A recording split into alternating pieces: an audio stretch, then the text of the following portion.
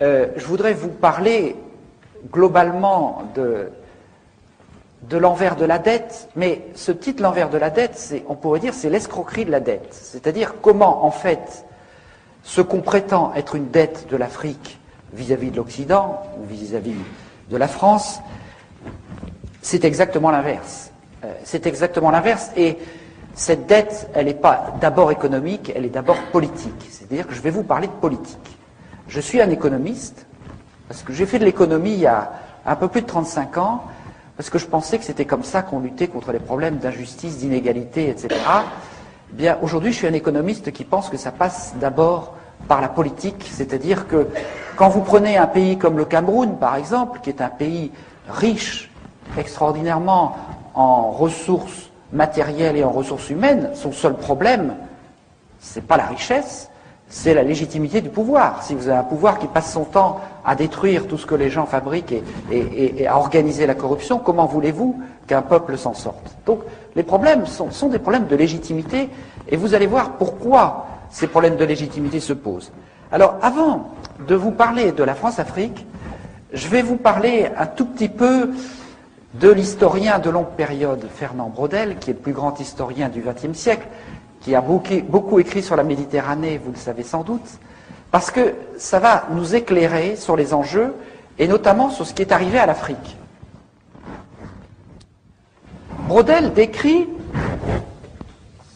toute l'histoire de l'économie, mais aussi de la politique, comme une maison à 3 étages. Vous avez en bas, au rez-de-chaussée, l'économie de subsistance, de survie, d'autoconsommation, la pêche, la chasse, l'agriculture locale. L'humanité a vécu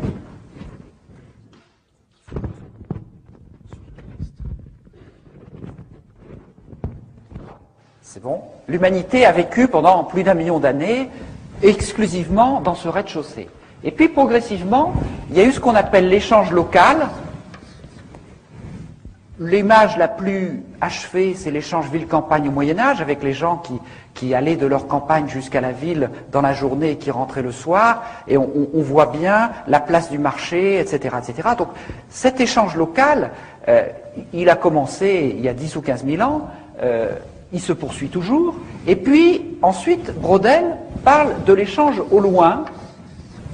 C'est-à-dire que des gens ont été capables de monter des expéditions à travers des caravanes transcontinentales, à travers ensuite les navires qui allaient jusqu'en Extrême-Orient, et puis ensuite, grâce à l'essor des télécommunications, à l'essor des moyens techniques et financiers, un certain nombre de gens ont pu s'extraire du marché local pour conquérir des positions mondiales, et ces gens-là vous parlent en permanence du marché, mais en fait, leur seule ambition, c'est grâce à leurs moyens, leur super moyen de se placer en position de monopole ou d'oligopole, comme on dit, c'est-à-dire d'être un ou deux à contrôler le marché. Autrement dit, là, ce que décrit longuement Braudel après un travail de plusieurs décennies et dans son ouvrage majeur Civilisation matérielle, économie et capitalisme, c'est que vous avez 3 étages de l'économie, l'étage d'extrême proximité, ensuite l'échange local, et puis vous passez à l'économie monde ou à la macroéconomie, l'économie au loin. Ici, on ne pratique pas encore les règles du jeu de l'économie, ici on les pratique, et ici on ne les pratique plus. Vous avez la même chose en politique, vous commencez dans la famille et le clan, ensuite vous avez la démocratie locale, parce que toute la démocratie, tout le débat public a toujours été local, d'abord en contrariété au pouvoir absolu. Et puis ensuite, vous avez la macropolitique, et au niveau macropolitique, on ne pratique plus les règles de la démocratie. Si vous regardez les grands enjeux du monde, le jour où les promoteurs de la démocratie, les Américains, appliqueront à l'échelle de la planète la règle de la démocratie, un homme, une voix, vous viendrez me chercher, mais je crois que je ne serai plus là. Donc, on est dans un système où, ici, on ne pratique pas les règles du jeu de la démocratie, du débat public, ici on les pratique, ici on ne les pratique plus. C'est la même chose en football. Vous apprenez à jouer au football dans la rue, dans la formelle, à côté de chez vous. Ensuite, il y a des millions de personnes qui se mettent à vouloir un arbitre et à pratiquer les règles du jeu. Et puis quand vous vous appelez Bernard Tapie ou Berlusconi, vous commencez à trouver que la glorieuse incertitude du sport, c'est bon pour les autres, mais pas pour vous. Vous avez la même chose dans d'autres domaines. Donc vous avez un mécanisme que décrit Braudel, qui est un mécanisme sociologique où l'humanité fonctionne avec un étage de proximité, puis ici on apprend à survivre, on apprend à échanger, on apprend à naviguer par des phénomènes d'initiation qui permettent de construire les différents étages, et très souvent ce qu'on appelle le capitalisme, c'est quand cet étage-là écrase les autres, parce que les autres sont tout à fait indispensables, ils sont même plus qu'indispensables, c'est-à-dire que vous avez deux types de sociétés. Les sociétés ballons de rugby, attendez, c'est un œuf, là, c'est vraiment pas... Enfin, la société ballon de rugby et la société en sablier.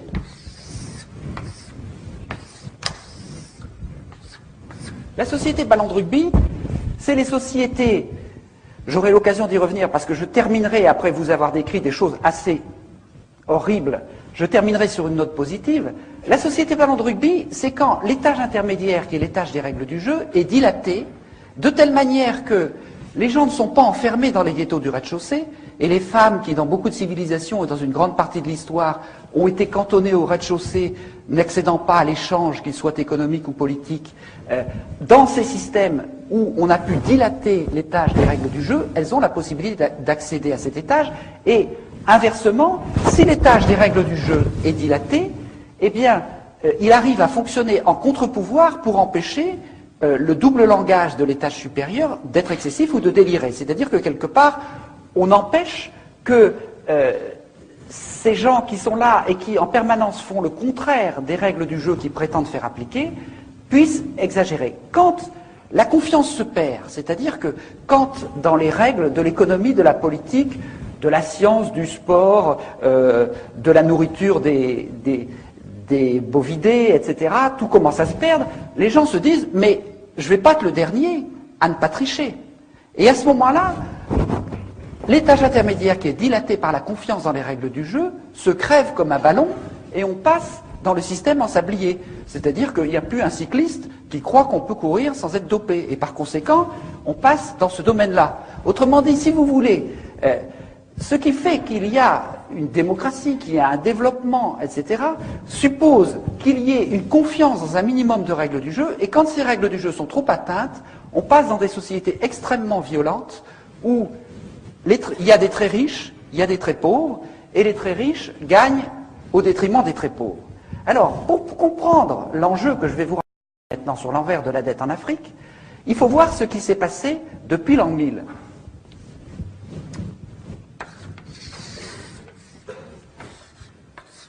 Je dessine brièvement l'Afrique.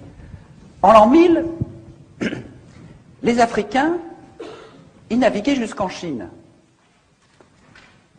Il y avait de très grands États en Afrique. À la même époque, nous, en Europe, on clapotait péniblement dans la Méditerranée. Donc, en l'an 1000, les Africains, ils avaient l'économie de subsistance, ils avaient l'échange local, et ils accédaient à l'économie monde, à la macropolitique, à l'économie monde, etc. De même, il y a tout le travail d'Anta Diop sur l'influence, enfin, le rôle des civilisations africaines dans l'Égypte, etc. Donc, tout ce mépris que nous avons et qui est au cœur de ces relations franco-africaines, ce mépris qui consiste à dire il n'y a pas de créativité politique et culturelle en Afrique, est une absurdité totale. Seulement, qu'est-ce qui s'est passé par la suite? À partir de 1500, il y a eu les Portugais qui ont encerclé l'Afrique de 1400 et quelques 1450 en l'espace d'un siècle. Autrement dit, avec cet encerclement, et puis ensuite l'esclavage, on a capturé l'étage supérieur, l'accès à l'économie monde de l'Afrique. Ensuite, avec la colonisation, on a folklorisé l'étage intermédiaire.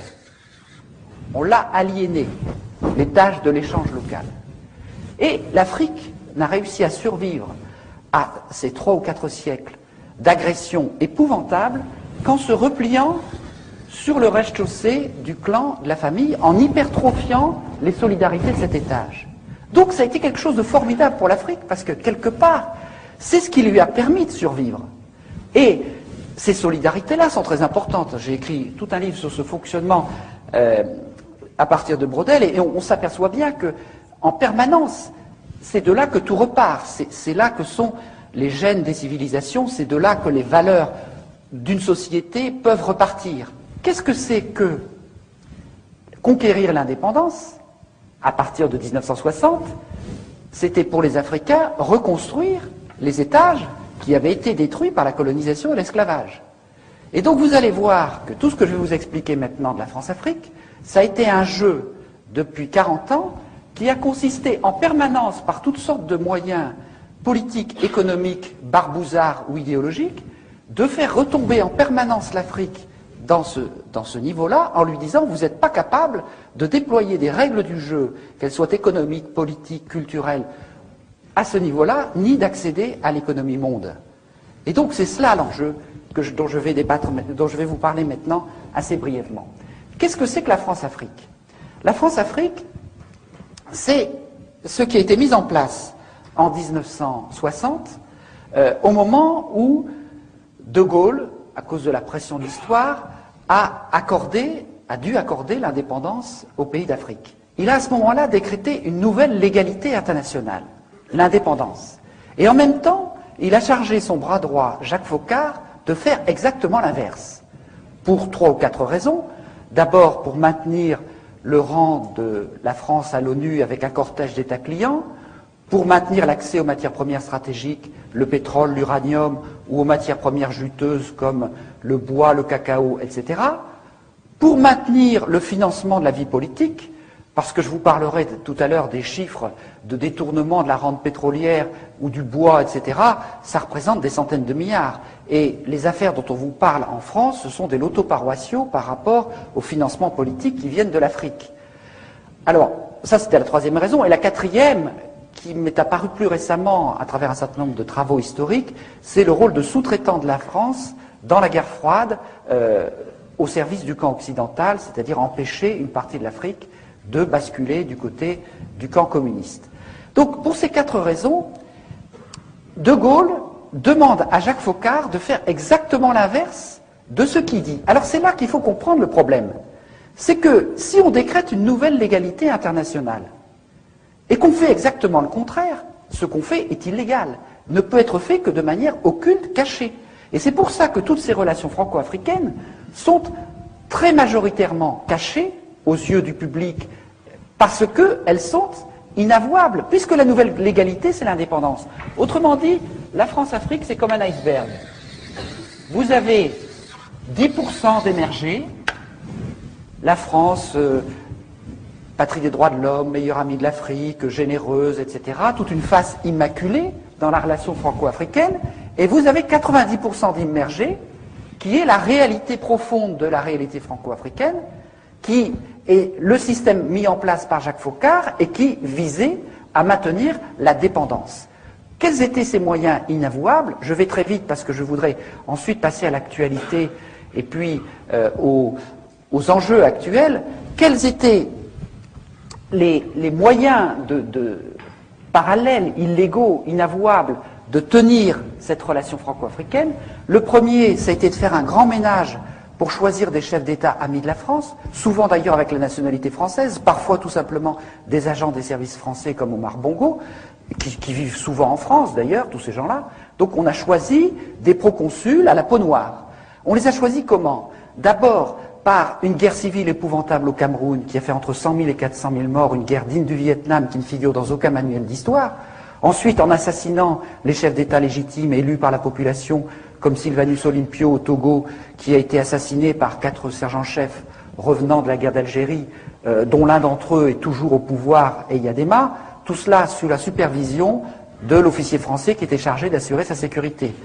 Barthélemy Boganda, par exemple, le centrafricain, est mort dans un accident d'avion suspect, donc on a fait un grand ménage. Ensuite, les autres, on les a promus par la fraude électorale ou par la corruption, les moyens classiques. Il n'y en a qu'un seul qui a résisté, qui est Sékou Touré, mais qui a connu tellement de vrais complots en l'espace de 2 ans qu'il a fini par en voir défaut et par devenir paranoïaque, donc par être écarté quelque part du jeu.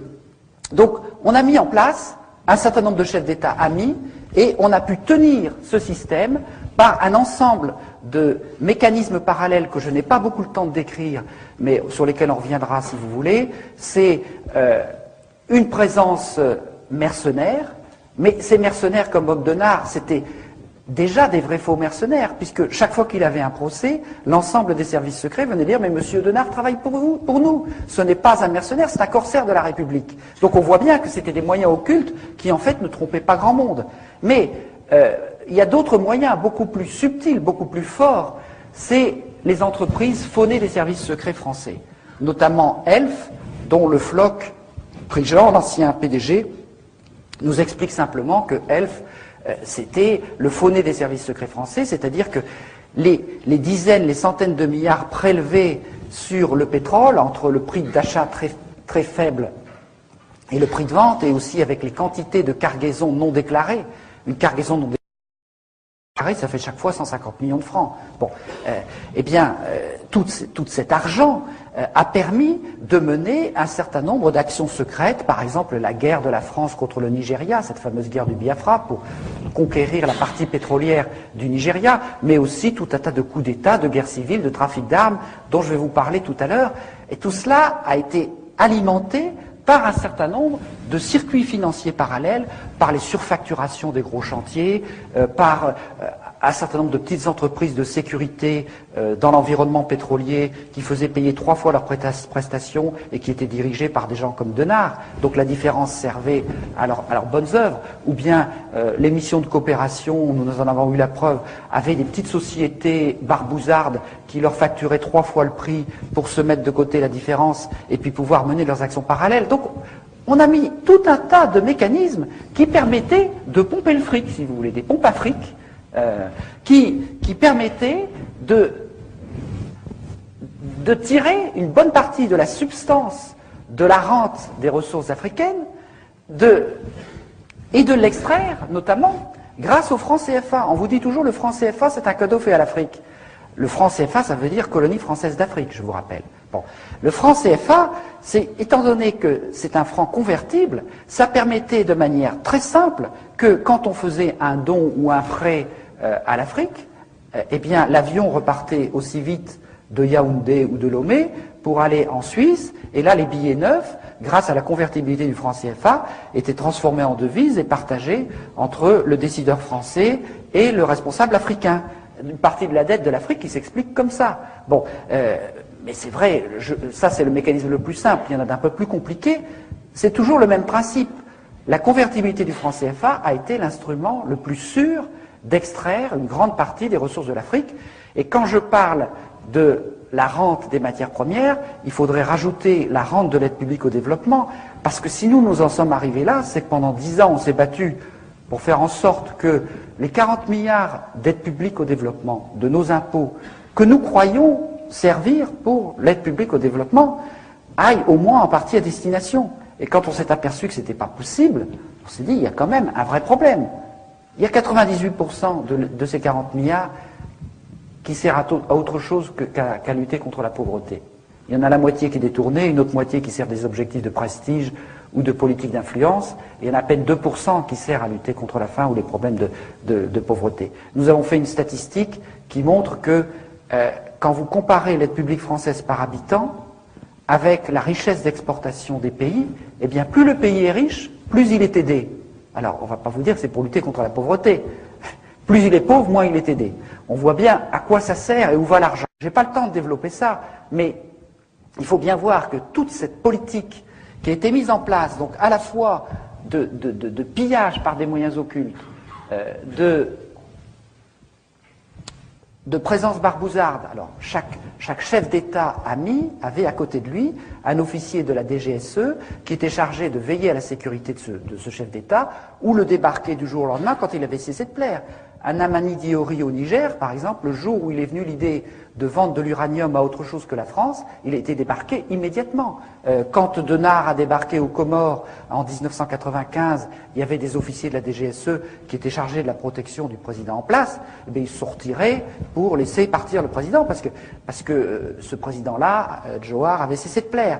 Donc on voit bien qu'on est dans un mécanisme du degré zéro de l'indépendance, que ce soit au niveau politique, au niveau monétaire, Au niveau économique, au niveau militaire, là non plus, je n'ai pas le temps de développer, mais tous les généraux, les officiers sont formés en France, recrutés, n'ont une carrière rapide que ceux qui entrent dans les cercles d'initiés, et ces généraux deviennent assez souvent d'ailleurs chefs d'État et sont dans un copinage permanent avec les réseaux militaires de la France-Afrique. Donc on est dans un mécanisme de captation de la dépendance totale. Pour vous donner un dernier exemple, qui est le plus caricatural, enfin peut-être pas, mais le plus actuel, c'est ce qui se passe au niveau des élections depuis 1990. Parce que, vous comprenez, dans la mesure où on met ici en place des chefs d'État amis, et on leur dit, enrichissez-vous, confondez l'argent public et l'argent privé, donnez l'exemple de la corruption. Dans la mesure où on dit ça à ces gens-là, on comprend bien que le développement, il n'a pas été très loin. Si vous passez du service public, qui restait un tout petit peu au moment des indépendances, au self-service public généralisé, si vous avez cette corruption qui monte, en plus la baisse du cours des matières premières, et puis ensuite, je vous expliquerai le scandale de la dette, vous voyez bien que ces dirigeants, quand est arrivé en 1990 une incroyable poussée démocratique en Afrique, ils ne pouvaient pas dire au peuple « élisez-moi parce que je vais faire le bien et le développement du peuple ». Et à ce moment-là, ils se sont mis, et j'en dirai quelques mots, à utiliser l'arme ultime du politique, qui est l'arme du bouc émissaire, l'arme de la manipulation de l'ethnisme, en disant « si vous ne votez pas pour moi, ce sera l'ethnie détestée qui va venir prendre la place à ma place ». Et c'est ce qui s'est passé exactement au Rwanda, ce qui a failli se passer en Côte d'Ivoire, et qui menace un certain nombre de pays d'Afrique. Mais pour assurer en même temps la continuation de ces régimes usés, mis en place par la France-Afrique, on a trouvé une formule extraordinaire de coopération en iceberg. Mitterrand a déclaré en 1990 « Vive la démocratie en Afrique », je résume, on va vous aider, on va vous fournir des urnes transparentes, des bulletins, pour que le peuple puisse élire ses dirigeants. Alors les gens se sont mobilisés de manière incroyable autour des urnes pour empêcher qu'on les bourre jour et nuit. Ils ont voté à 70-80% pour chasser le dictateur. Et puis, en même temps qu'on faisait cette coopération à ce niveau-là, on envoyait dans la capitale, auprès des ordinateurs chargés de centraliser les résultats, des coopérants très spéciaux issus des réseaux Pasqua ou de la mairie de Paris, où en fraude électorale on est relativement adroit, et avec des logiciels un peu spéciaux, on faisait en sorte que les 80% de votes contre le tyran se transforment en 80% de votes pour le tyran, ou en 52% s'il était modeste. Donc, et cela, ça s'est passé dans 50 élections majeures en Afrique, au sud du Sahara. Il n'y a eu que 2 ou 3 exceptions au début, quand la France-Afrique a été prise par surprise au Bénin, au Congo-Brazzaville, etc. Et puis, 2 ou 3 à la fin, quand des peuples ont trouvé la parade. Au Niger, par exemple, il y avait un dictateur installé par Focard, il a été renversé, la France a hurlé à l'interruption du processus démocratique, n'est-ce pas, puisque le dictateur a été renversé. Et donc, les officiers qui avaient renversé le dictateur ont organisé des élections tout seuls, et ça a été les élections les plus incontestées d'Afrique depuis 40 ans. Bon, au Sénégal, où il y avait un régime ultra corrompu, ils ont trouvé la parade en jumelant les téléphones portables et les radios locales, ce qui fait qu'ils ont annoncé en direct les résultats, court-circuitant les manœuvres qui se passaient à ce niveau-là avec les réseaux france-africains. C'est pour ça qu'on a retardé l'apparition des portables au Tchad. Bon.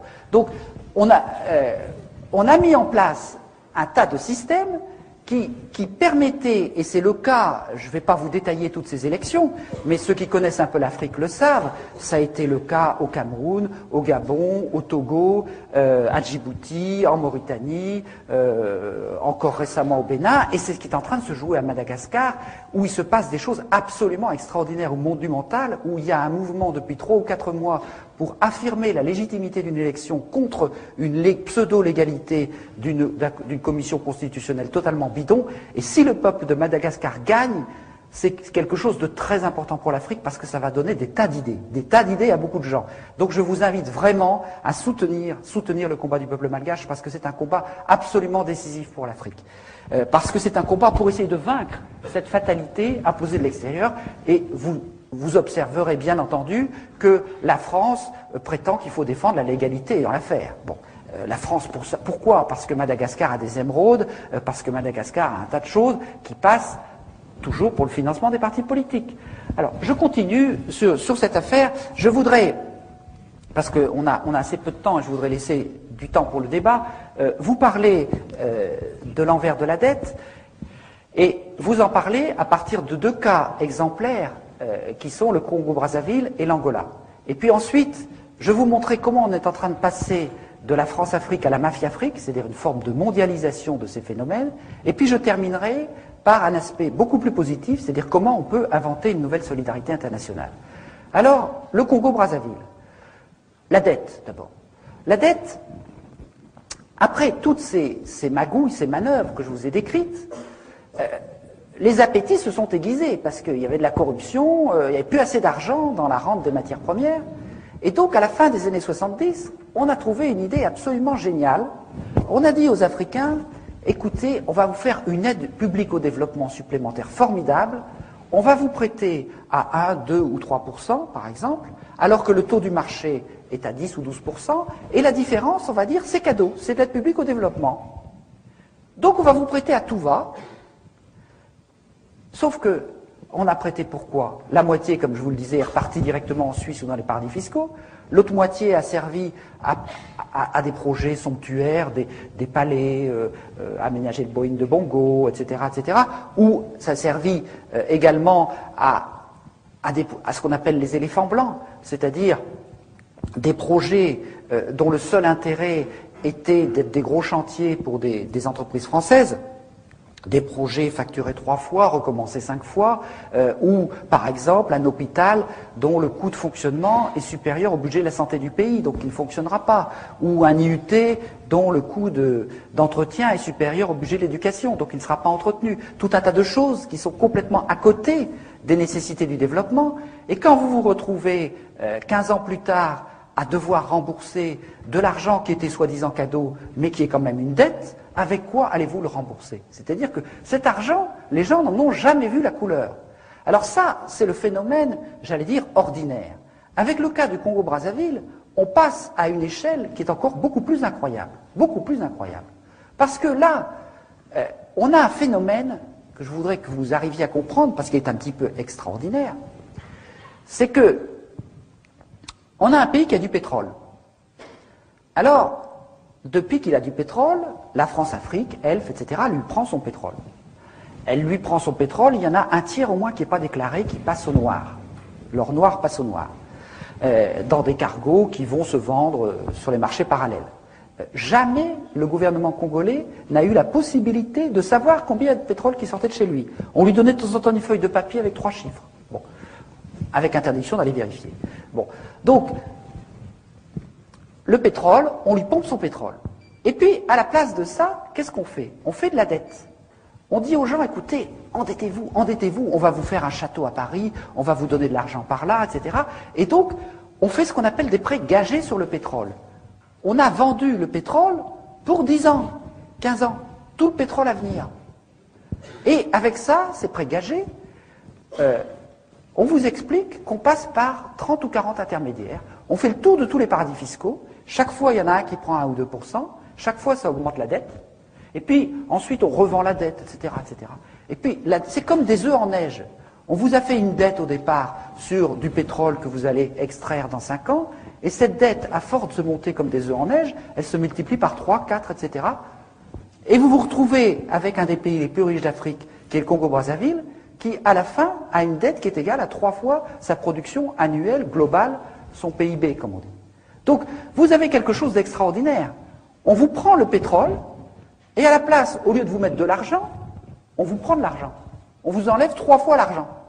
C'est quand même une opération formidable. Alors, je ne vous rentre pas dans tous les détails, parce que les mécanismes qui passent par les paradis fiscaux, tous les intermédiaires, il y en a des quantités, je décris ça en détail dans l'envers de la dette, c'est un peu compliqué, mais le résultat, il est là. C'est-à-dire, c'est pas plus et moins, c'est pas de la comptabilité en partie double, on prend du pétrole, on met de l'argent. Non, on prend du pétrole et on arrive à prendre de l'argent. Et puis alors, ce qui est encore plus extraordinaire, c'est qu'il y a une partie de cet argent qui sert à acheter des armes On arme les deux cours de la guerre civile, comme je vais vous l'expliquer, et avec ça, le pays est détruit. Bon, c'est extraordinaire. Comme criminalité répétitive, c'est quand même intéressant. On prend le pétrole, on met la dette, on détruit le pays. C'est assez radical. Alors évidemment, le pays, après ça, est dans une difficulté assez importante pour aller discuter le pourcentage du pétrole. Et donc je vais vous raconter ça, non plus sous l'angle de l'envers de la dette, mais sous l'angle de l'actualité politique, criminelle et militaire du Congo-Brazzaville. Qu'est-ce qui s'est passé en 1990 ? On avait une dictature dirigée par M. Denis Sassou Nguesso. M. Denis Sassou Nguesso, c'est un personnage assez folklorique, anti-impérialiste, développant des discours sur l'inégalité, le marxisme, etc., etc. Mais le Floch a une phrase magnifique, il dit « Le Congo a été un temps marxiste toujours sous contrôle d'Elf ». C'est-à-dire qu'il y avait un agent des services français qui était déguisé en marxiste et qui était en fait le contrôleur d'Elf. Bon, alors cet agent-là, c'était monsieur 17%. Pourquoi ? Parce qu'il ne demandait pour son pays que 17% du pétrole. C'était quand même un monsieur bien confortable. Alors, par ailleurs, il touchait de l'argent grâce à tous les détournements, mais ça, c'est une autre affaire. Pour Elf, ça ne coûtait que 17% du pétrole déclaré. Alors, il y a un grand mouvement démocratique qui apparaît à partir de 1990. Les gens se réunissent en conférence nationale souveraine, c'est un peu comme 1789, tout le peuple se met ensemble, on élabore une nouvelle constitution, on veut redémarrer la vie politique et démocratique du Congo-Brazzaville. À ce moment-là, les gens se disent, mais on voudrait quand même un petit peu plus d'argent du pétrole, on va demander le double, 33%. C'est insupportable à Elf, et on a trouvé la preuve dans les coffres-forts d'Elf, ce qui est rarissime, lors d'une perquisition menée par les juges Joly et Wisniewski, d'un coup d'État préparé aussitôt pour renverser la démocratie par Elf, le réseau Pasqua et le réseau Focard. On a trouvé les détails de la préparation. Ce coup d'État a échoué, un président a été élu, certes imparfait, qui a beaucoup de reproches à se faire, mais au moins c'était l'élu de la population. Mais pendant ce temps-là, et là je n'ai pas le temps de vous raconter cette histoire qui est assez compliquée, mais aussitôt, les réseaux France-Africains, les réseaux Pasqua, Focard, Chirac, etc., tout le monde s'est employé à remettre en place monsieur 17%. Oui, j'ai oublié de dire que, après la conférence nationale souveraine, monsieur Sassou Nguesso s'est présenté aux élections, il a eu 17%. Donc c'est vraiment monsieur 17%. Donc, monsieur 17%, il fallait le remettre en place. Donc, comment on a fait ? On a commencé à larguer des armes. Monsieur Sassou Nguesso a un gendre assez riche, un voisin qui s'appelle Omar Bongo, président du Gabon. Monsieur Sassou Nguesso a des relations dans toute la classe politique française, depuis l'extrême droite jusqu'à l'extrême gauche. On a commencé à larguer des armes. On a une préparation politique qui a été faite également depuis la mairie de Paris, par un certain monsieur Probst, enfin je passe sur les détails. Et en 1997, donc une guerre civile se déclenche pour renverser le pouvoir qui avait été établi par le renouveau démocratique du Congo-Brazzaville. La guerre civile a duré 4 mois. Pour renverser le régime en place, je suis obligé de vous dire la liste de tous ceux qui ont participé parce que c'est assez incroyable. Il y avait toute une partie de l'armée qui était fidèle à Sassou Nguesso, des miliciens qui ensuite vont commettre une série de crimes contre l'humanité qu'on appelait les Cobras. Mais la France a amené 1000 soldats tchadiens pour aider. Il y avait une partie de la garde présidentielle de Mobutu, de sinistre mémoire, qui s'était repliée de l'autre côté du fleuve, donc à Brazzaville, qui a contribué à combattre aux côtés de Sassou Nguesso. Il y avait toute une partie de l'armée qui venait de commettre le génocide au Rwanda 3 ans auparavant, qui s'était réfugiée comme par hasard au Congo-Brazzaville, en France-Afrique, et qui a contribué également aux côtés de M. Sassou Nguesso. Un certain nombre de mercenaires dont je vais vous parler tout à l'heure. Et puis, pour finir, l'armée angolaise qui est venue envahir le Congo pour achever de réinstaller le dictateur. Alors, l'armée angolaise, c'est quand même pas rien. C'est là que, bon, il faut voir la désinformation que nous subissons. Vous savez, vous avez peut-être entendu des présidents ces temps derniers vous expliquer que la France n'intervenait plus jamais militairement en Afrique. Eh bien, vous avez peut-être aussi entendu parler, parce que je veux aussi en reparler, de l'Angola Gate, c'est-à-dire de ce scandale de fourniture d'armes à un pays en guerre civile, l'Angola, par le réseau Pasqua, M. Falcon, M. Guedamac, M. Marchiani, etc., etc. Eh bien, Marchiani a déclaré devant le juge, mais attendez, c'est pas une affaire subalterne, cette affaire. Nous avons négocié avec l'Angola pour lui fournir des armes, et en contrepartie, Il a dit ça au juge. En contrepartie, l'armée angolaise allait intervenir pour les intérêts de la France dans les guerres civiles des deux Congos, le Congo-Brazzaville et le Congo-Kinshasa. Ce sont les deux guerres civiles les plus meurtrières d'Afrique en ce moment, ou qui ont été les plus meurtrières. Donc sans que vous le sachiez, sans que le Parlement le sache, eh bien il y a eu la France, par Angola interposé, par Tchadien interposé, par Mobutuiste interposé, etc., a mené une guerre qui a contribué à détruire le Congo-Brazzaville. Et je n'ai pas le temps de développer, mais dans cette guerre, les deux camps de la guerre civile ont été armés par des trafiquants d'armes liés aux pétroliers avec l'argent de la dette. Si je continue, M. Sassou Nguesso, M. 17% revenu au pouvoir et recommençant les mêmes pratiques, la guerre civile, un bout de guerre civile, renaît un an plus tard. Et entre décembre 98 et décembre 99, le rouleau compresseur angolais, tchadien, les miliciens, etc., les mercenaires dont je vous parlerai, ce rouleau compresseur a fait au Congo-Brazzaville minimum 100 000 morts, une cinquantaine de radours sur glane, plus de 20 000 viols ethniques, plus en un an que tout ce qui s'est passé au Kosovo, en Tchétchénie et à Timor-Est réunis. Regardez la couverture de presse de ces 3 derniers événements pendant la même période. Regardez ce qu'on vous a raconté sur ce qui s'est passé au Congo-Brazzaville, l'un des tout premiers fournisseurs pétroliers français et le berceau de la France libre. Rien. Une censure quasi totale. Et, bien entendu, ce pays maintenant, sa normalisation est achevée. Le dictateur vient d'être légitimé par de pseudo-élections. Et on vient de dire, M. Sassou Nguesso, donc, est un élève modèle de la nouvelle guerre du bien contre le mal. Il s'est évidemment le premier à s'enrôler auprès de M. Bush. Parce que dans cette affaire, évidemment, les Américains étaient tout à fait d'accord.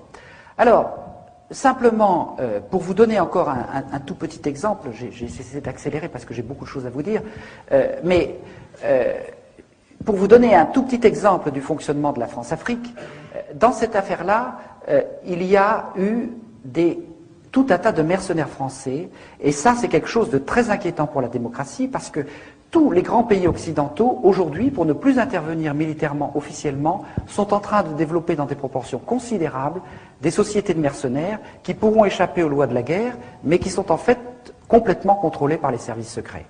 Et il y a deux types de vrais faux mercenaires. Il y a eu un triplement depuis 1990 du nombre des soldats qu'on pourrait appeler des forces spéciales, qui dépendent maintenant directement du commandement des opérations spéciales, le COS, qui est rattaché hors hiérarchie à la présidence de la République. Autrement dit, depuis 1990, le président de la République française dispose de sa garde présidentielle comme n'importe quel chef d'État africain. Et il peut mener des guerres secrètes, ce qu'il a fait au Rwanda et ce que Chirac a fait au Congo-Brazzaville. D'ailleurs, le ministre de la Coopération français a vendu la mèche dans Jeune Afrique. Il a dit qu'il y a vraiment beaucoup trop de confusion au Congo-Brazzaville, parce qu'il y a quantité de mercenaires français qui ont à peine eu le temps de quitter l'uniforme qu'ils portaient hier. Parce que c'est tout simplement des militaires des forces spéciales qui se déguisent en mercenaires, qui font un intérim de mercenariat et qui porteront à nouveau leur uniforme demain. C'est quand même tout à fait gênant. Mais il y a encore pire. Il y a tous les mercenaires d'extrême droite qui sont répandus à travers toute l'Afrique et dont le vivier est constitué par la garde présidentielle de Jean-Marie Le Pen, le DPS, Département Protection Sécurité. Il y a 1700 hommes là-dedans, anciens gendarmes, anciens militaires, anciens policiers. Toutes les sociétés de mercenaires françaises recrutent parmi ces 1700 hommes. Il y a au moins une quinzaine de sociétés de mercenaires, et quand nous sommes plaints de la présence de ces mercenaires au Congo-Brazzaville, au ministère des Affaires étrangères, on nous a dit, mais il faut respecter la liberté du commerce. Alors, ces sociétés, pour voir un peu de quoi il s'agit, il faut que je vous raconte très brièvement l'histoire de Bernard Courcelles. Bernard Courcelles est un officier du plus secret des services de renseignement français, qui s'appelle la sécurité militaire ou la DPSD. La DPSD est chargée entre autres du contrôle des trafics d'armes et des mercenaires. En 1980, il démarre sa carrière avec un certain Bruno Gollnisch, qui a fait une autre carrière par la suite.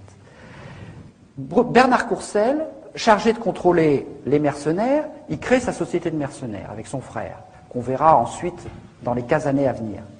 Ensuite, il est chargé de la sécurité de l'entreprise Lucher, qui fournit des armes à l'Irak et à l'Iran pendant toute la guerre des années 80. car la stratégie occidentale, c'était que la guerre dure le plus longtemps possible.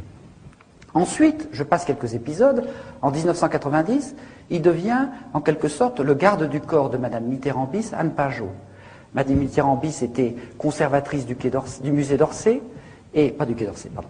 Et Monsieur Bernard Courcelles a été chargé de la sécurité du musée d'Orsay. Quand on sait les dizaines de millions, pour ne pas dire les centaines de millions, que Mitterrand a dépensé pour garder le secret de sa vie privée, on peut difficilement imaginer un personnage plus près du cœur du pouvoir. Or, sans transition, en 1994, M. Bernard Courcelles est nommé directeur de la garde présidentielle de Jean-Marie Le Pen. Il passe de Mme Mitterrand-Bis à Jean-Marie Le Pen sans transition, et pendant 6 ans, il va être le directeur de ce vivier de mercenaires, qui l'enverra un peu partout, en Afrique et ailleurs.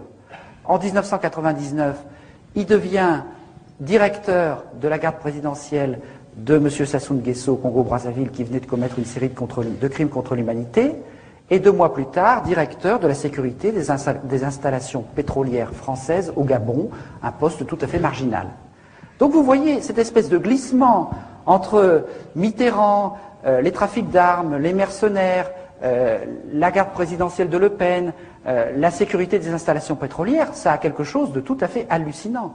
Et vous avez peut-être vu récemment sur France 3, après un interview dans Libération, qu'un repenti de chez Courcelles avait expliqué comment ils faisaient leurs coups en Afrique, comment de temps en temps ils venaient aussi menacer des opposants en France, et comment, quand ils étaient un peu trop désœuvrés, on les envoyait dans les quartiers sensibles brûler des voitures pour y attiser aussi un peu l'ethnisme, parce qu'il n'y a pas de raison de développer le racisme seulement en Afrique. Donc vous voyez quand même que ces mécanismes sont assez inquiétants pour la démocratie. Alors je continue dans le négatif avant de passer un peu plus dans le positif, parce qu'il faut aller au fond du négatif. Il faut quand même nettoyer un peu les esprits de ce côté-là. Alors, il faut un petit chiffon. Je passe en Angola. L'Angola, c'est un pays très contrasté. C'est le pays le plus riche d'Afrique. Il y a d'énormes gisements d'or noir, de pétrole. C'est l'Arabie saoudite du XXIe siècle. Des patates d'or noir, de pétrole, gigantesques au large de l'Angola. Et en même temps, c'est le pays le plus malheureux d'Afrique parce qu'il est en guerre civile depuis 25 ans. On sait aujourd'hui, c'est tout à fait prouvé, que les Américains, les Français et d'autres armaient les deux côtés de la guerre civile. D'ailleurs, à Elf, c'était très simple. Sirvin armait les rebelles et Tarallo armait le gouvernement. Donc ça pouvait durer longtemps. Donc, un pays en guerre civile, un pays avec une richesse pétrolière extraordinaire. Alors, à ce niveau-là, quand il y a tant de pétrole, il faut partager les risques. On fait ce qu'on appelle des consortiums, c'est-à-dire des camemberts. Donc vous avez une grande patate d'or noir qui va produire 3-4 millions de tonnes, et vous avez ceci qui n'est pas un signe de paix, 43% pour Total Elfina, 43% pour une société anglo-saxonne, Chevron, Exxon ou tout ça, parce qu'évidemment, l'opposition, la guéguerre franco-américaine ou franco-britannique, c'est de la propagande à usage subalterne. Quand il s'agit de choses sérieuses, on s'entend. Mais le plus intéressant, c'est ce qui se passe ici. C'est-à-dire, il y a 10% pour une société qui s'appelle Falcon Oil. Alors, Falcon Oil, c'est M. Falcon qui a enlevé un nœud et qui a fondé une société pétrolière aux États-Unis. Il n'est pas plus pétrolier que vous et moi, mais lui, le pasquoyen anti-américain, s'est installé à côté de Bush et était le plus gros contributeur de la campagne électorale de Bush. Puis à côté, vous avez une société de mercenaires israéliens, l'Efdan, et ce type de schéma, avec d'autres sociétés, vous le retrouvez dans toutes les patates d'or noir. Autrement dit, vous avez un gisement gigantesque, est inscrit pour toute sa durée de vie la fourniture de biens et services de guerre. C'est comme ça que tous les pays d'Afrique et d'ailleurs, qui ont le malheur d'avoir du pétrole, au lieu que ça les enrichisse, ça les appauvrit, parce que la guerre est dans les gènes de l'exploitation pétrolière. Quand on a compris ça, on est obligé d'entrer dans des considérations assez inquiétantes. C'est-à-dire que, en fait, tous ces gens, les Marchiani, les Falcon, les Guedamac, les Sirvin, etc., ces gens-là qui sont dans le pétrole, ils sont aussi dans les ventes d'armes. C'est pour ça que l'affaire Elf est une affaire de trafic d'armes. Pourquoi, quand on parle d'affaire Elf, c'est l'affaire des frégates de Taïwan? Mais parce que c'est exactement la même chose. Tout l'argent du pétrole, une grande partie de l'argent du pétrole, passe par les paradis fiscaux. Une grande partie passe par des circuits opaques et occultes. Or, les armes, c'est la même chose. Il y a entre 25 et 50% de commissions. Tout passe par les paradis fiscaux. Et donc, puisque c'est les mêmes tuyaux, c'est les mêmes gens qui s'en occupent. Ces gens-là, ils font à la fois dans le pétrole et dans les armes. C'est d'autant plus pratique qu'il y a une partie de l'argent du pétrole qui sert à acheter des armes. Et tout ça constitue des cagnottes considérables. Pourquoi? Parce qu'il n'y a pas seulement les armes et le pétrole. Tous ces gens-là dont je viens de vous parler, ce sont soit des agents des services secrets, soit des honorables correspondants des services secrets. M. Falcon et M. Guedamac étaient protégés par la DST. M. Guedamac est aussi dans l'orbite de l'ancien KGB, du Mossad. M. Falcon est très proche des États-Unis. Tous ces gens-là, ils sont multicartes des services secrets. Alors, qu'est-ce que ça veut dire en fait? Ça veut dire que depuis la guerre froide notamment, l'ensemble des services secrets des deux camps ont toujours eu des besoins de financement très supérieurs à ce que leur votaient les parlements. Et par conséquent, depuis toujours, ils se sont constitués des cagnottes en trafiquant, en magouillant dans le pétrole, dans les armes, mais on pourrait aussi dire les diamants, la forêt, etc. Donc vous avez une sorte de triangle. Armes, pétrole, services secrets. Et puis, en fait, quand vous regardez de près, ça va plus loin. C'est pas seulement les armes, le pétrole et les services secrets, c'est aussi branché complètement sur les circuits de blanchiment qu'on a en Afrique, à travers la Corse-Afrique des Jeux, Paris et Casino, dont on entend parler en ce moment, et qui a les mêmes comptes en banque et les mêmes circuits, très branchés sur le pétrole aussi. Parce que depuis toujours, les services secrets, dans leurs manœuvres, vous le savez bien depuis la guerre d'Indochine qui était financée à moitié par le trafic de l'opium, vous le savez bien aussi que, je l'ai expliqué sans que Pasqua n'ait jamais osé m'attaquer en diffamation, que c'est lui qui a créé la French Connection pour faire un petit peu des bonnes œuvres des services secrets, etc., etc. C'est-à-dire qu'on arrondit les angles du côté, les magots, plus exactement, on arrondit les magots du côté d'un certain nombre de trafics, drogue, faux monnayage, etc., etc. Alors, tout cela, ça constitue des sommes d'argent parallèles, de manœuvres qui permettent de renverser des gouvernements, qui permettent de faire des politiques parallèles dans un certain nombre de pays, tout à fait inquiétant. Mais ce qui est encore plus inquiétant, et je vais finir par là ce que je vais vous dire sur l'Afrique avant de rebondir sur autre chose, c'est le passage de la France-Afrique à la mafia-Afrique. Parce que dans cette histoire de l'Angola, vous avez le pourboire pour Jean-Christophe Mitterrand, 13 millions, vous avez 3 milliards pour Guedamac, 3 milliards pour Pierre Falcon, et quand vous passez à Guedamac, c'est 30, 40, 50 milliards qu'on commence à entrevoir. Pourquoi? Parce que Guedamac est en quelque sorte le représentant de cette énorme masse financière que certains appellent la mafia russe, mais qui est tout simplement le pillage de la Russie qui s'est produit en l'espace de 4 ans entre 1989 et 1993. Au moment où le mur allait s'effondrer, le KGB et la nomenclature russe, en l'espace de 4 ans, ils ont bradé à 10% de sa valeur les énormes stocks stratégiques d'aluminium, d'engrais, de diamants, de pétrole et les armes de l'armée rouge qui étaient en quantité considérable. Ils les ont vendus à 10% de leur valeur pour que la différence puisse être placée dans les paradis fiscaux en Suisse et ailleurs. Et cette somme-là, ça représente 500 milliards de dollars. Avec cet argent-là, ces gens-là qu'on appelle aujourd'hui les nomenclaturistes ont racheté la Russie, et ils ont racheté une partie de la Côte d'Azur, et ils ont racheté aussi une partie du pétrole en Angola. Ils ont fait un certain nombre de trafics. Ils ont même été jusqu'à racheter la plus vieille banque américaine, la Bank of New York. Alors là, les Américains ont dit stop quand même. On veut bien jouer avec vous, mais il y a des limites. On n'a pas vaincu l'URSS pour que vous veniez racheter nos banques. Donc, à ce moment-là, ils leur ont dit, mais les 10 milliards les 10 milliards de dollars d'argent du FMI, ils ne seraient pas disparus par hasard? Alors, effectivement, ils étaient disparus. Et disparus par ce circuit-là. Alors, après cette sommation, dont vous avez sûrement beaucoup entendu parler, un mois plus tard, le FBI a reçu l'ordre d'arrêter l'enquête sur ces 10 milliards de dollars du FMI. Pourquoi? Parce que ce que je suis en train de vous expliquer, c'est que Guedamac, c'est, je vous ai dit, l'ex-KGB, le FSB, la DST, le Mossad, quelques autres services encore. Il est associé à Falcon, qui est branché sur les États-Unis, et on pourrait continuer longtemps comme ça. Donc en fait, qu'est-ce qui est en train de se passer depuis 3 ou 4 ans? C'est que ces nappes souterraines parallèles gérées dans l'orbite des lobbies militaro-industriels, des pétroliers et des services secrets sont en train de s'interconnecter.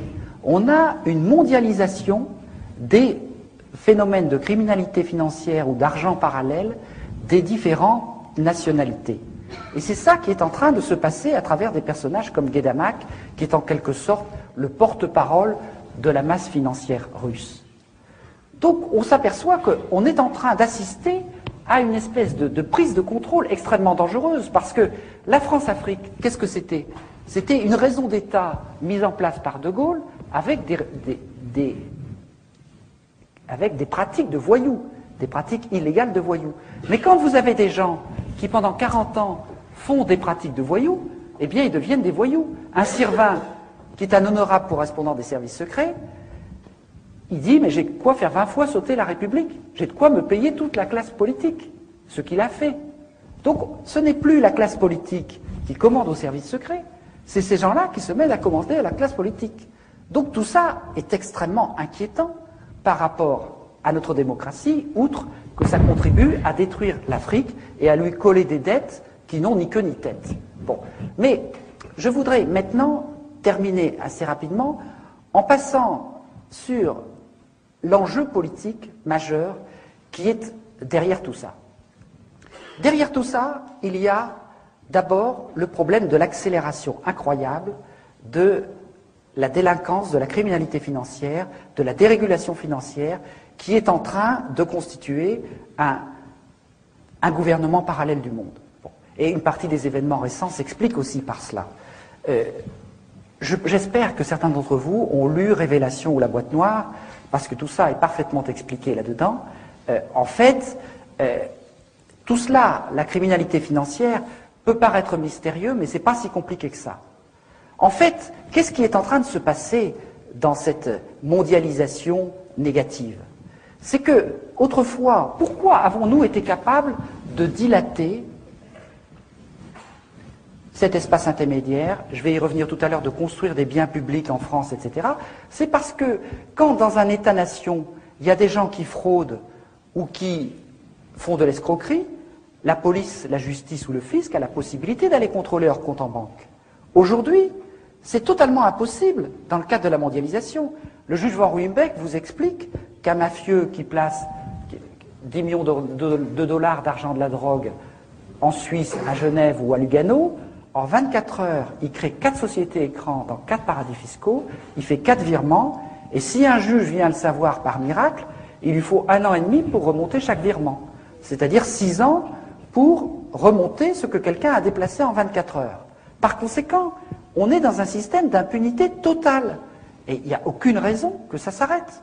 Aujourd'hui, la moitié des transactions financières internationales passent par les paradis fiscaux. 1000 milliards de dollars chaque année d'argent du crime rentrent dans le système bancaire, y compris dans les plus grandes banques françaises. Et dans l'envers de la dette, j'explique que les 3 des principaux établissements bancaires français, le Crédit Agricole, la Société Générale, la BNP Paribas, sont profondément impliqués dans ces mécanismes de destruction de l'Afrique. Bon.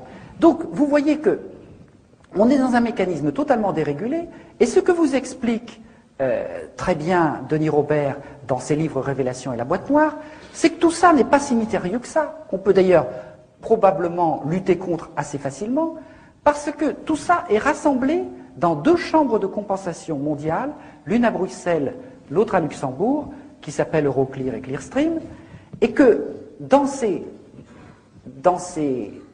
cocottes minutes de la finance mondiale, eh bien, ils ont découvert que la moitié des comptes étaient non déclarés et étaient dans les paradis fiscaux. Autrement dit, ces chambres de compensation, qui sont des coopératives des plus grandes banques mondiales, là-dedans, il y a la moitié des comptes qui sont non déclarés. Et il y a même tout un tas des opérations qui se font par des circuits parallèles dans l'informatique de ces établissements. Alors ça, c'est à la fois tout à fait désespérant, mais c'est aussi plein d'espoir. Parce que dans l'histoire des contre-pouvoirs dont je vais commencer à vous parler, Très souvent, on a retourné comme un gant quelque chose qui avait été créé par des pouvoirs ennemis. Le Parlement qui avait été créé comme Conseil du roi a été transformé en Assemblée nationale. Eh bien, ces chambres de compensation qui gèrent la finance mondiale, il suffirait d'une volonté politique européenne pour les transformer en banque centrale sous contrôle public.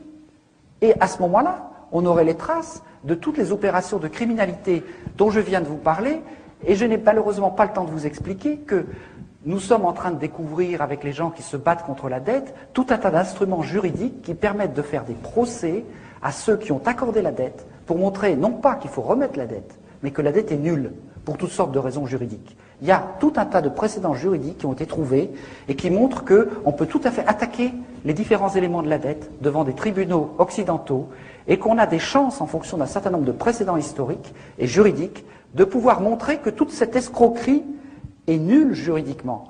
Donc, là aussi, c'est l'envers de la dette. Parce qu'on ne va pas se contenter de demander la charité et l'annulation de la dette, on va pouvoir l'attaquer. Et on va pouvoir l'attaquer notamment en allant chercher les preuves de toutes les transactions dans ces chambres de compensation qui se trouvent à Luxembourg ou à Bruxelles, sauf si par hasard elles brûlent un jour, ce qui pourrait arriver. Alors, je finis simplement sur les éléments positifs, avant de vous laisser la parole, en vous disant que, dans notre histoire, on n'a pas fait que des choses négatives. En 200 ans, on a quand même été capable, et je suis obligé de caricaturer très vite pour laisser un peu de place au débat, on a été capable quand même de construire à l'échelle nationale ou européenne un petit peu de biens publics. En 1815, on avait à peu près 15% de biens publics en France sur un petit gâteau national, une petite production nationale brute. On avait un peu de police, la police, oui, une justice de classe, quelques routes, etc. 150 ans plus tard, 200 ans plus tard, on a à peu près 45% de biens publics. C'est-à-dire qu'il y a eu tout un mouvement social, des luttes sociales, qui ont exigé de la dignité, qui ont demandé de l'éducation, de la santé, des retraites, du droit du travail, des congés payés, etc. C'est-à-dire qu'il y a eu tout un combat pour la dignité, qui s'est fait difficilement sur la durée, mais qui a eu pour objectif de dire, mais attention, dans la richesse qui est produite, il y a de la richesse qui est marchande, des biens privés, mais il y a aussi de la richesse qui ne doit pas être de la marchandise, qui est beaucoup trop importante. C'est-à-dire ce qui nous fait exister, ce sont des choses beaucoup plus importantes que ce qui nous fait produire. Et même aujourd'hui, il n'y a plus personne à la Banque mondiale, contrairement à ce que vous croyez, qui ose défendre le principe, ou contester le principe, qu'un peuple bien éduqué et en bonne santé est plus efficace économiquement qu'un peuple malade et analphabète. C'est-à-dire que un niveau de biens publics suffisant est absolument indispensable, y compris pour la prospérité économique. Mais pas seulement. Tous les pays qui sont classés en tête aujourd'hui en matière de développement humain, un indice statistique qui ne comprend pas que la seule richesse économique, eh bien tous ces pays ont au moins 35 à 40% de biens publics. Donc on voit bien que ceux qui se battent pour le maintien d'un haut niveau de biens publics se battent en fait pour des biens de civilisation, des biens de dignité. Ce qui fait que dans un pays, tout le monde et tout n'est pas à vendre. C'est-à-dire que le phénomène de création des biens publics a eu aussi un phénomène de dilatation, d'expansion de la richesse globale.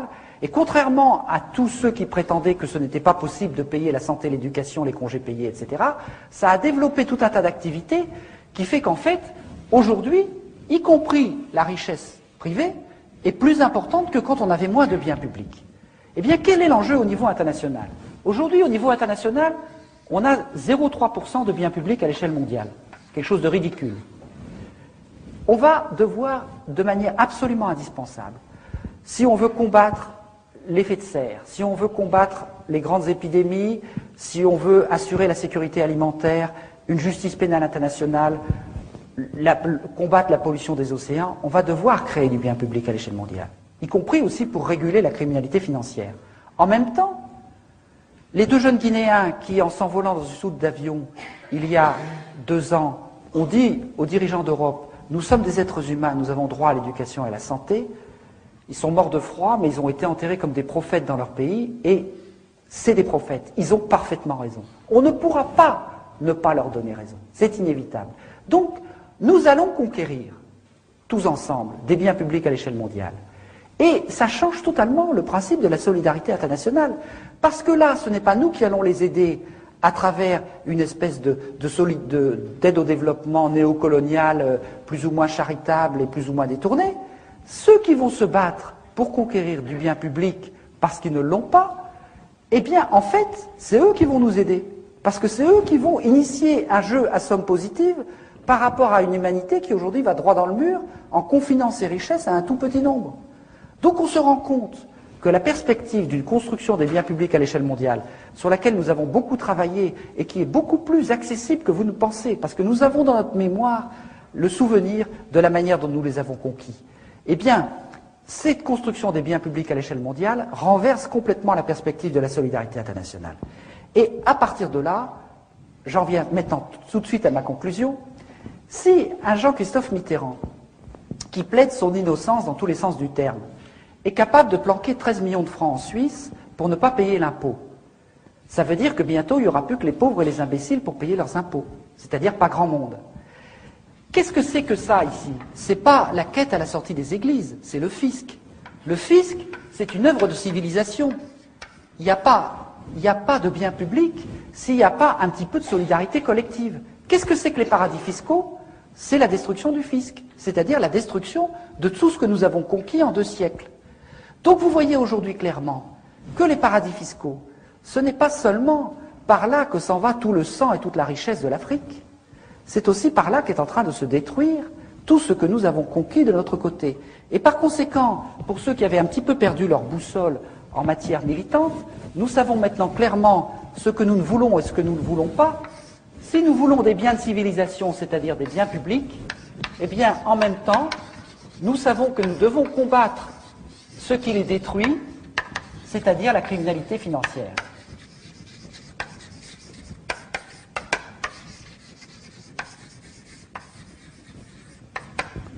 Voilà.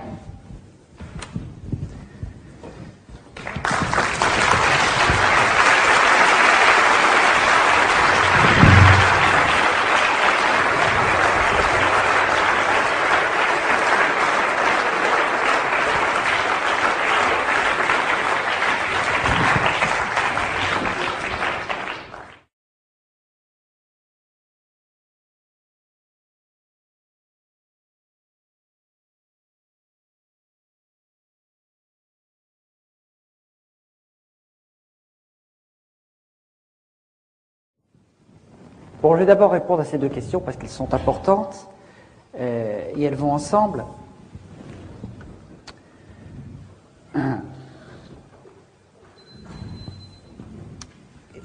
Ce qui est difficile quand je viens de faire cette démonstration, c'est que je vous parle des délires de l'étage supérieur. Mais il y a encore beaucoup de gens qui se battent à ce niveau-là. Il y a encore des juges intègres, il y a encore des journalistes honnêtes, etc., etc. Il y a un certain nombre de gens qui ne sont pas totalement hors des règles du jeu.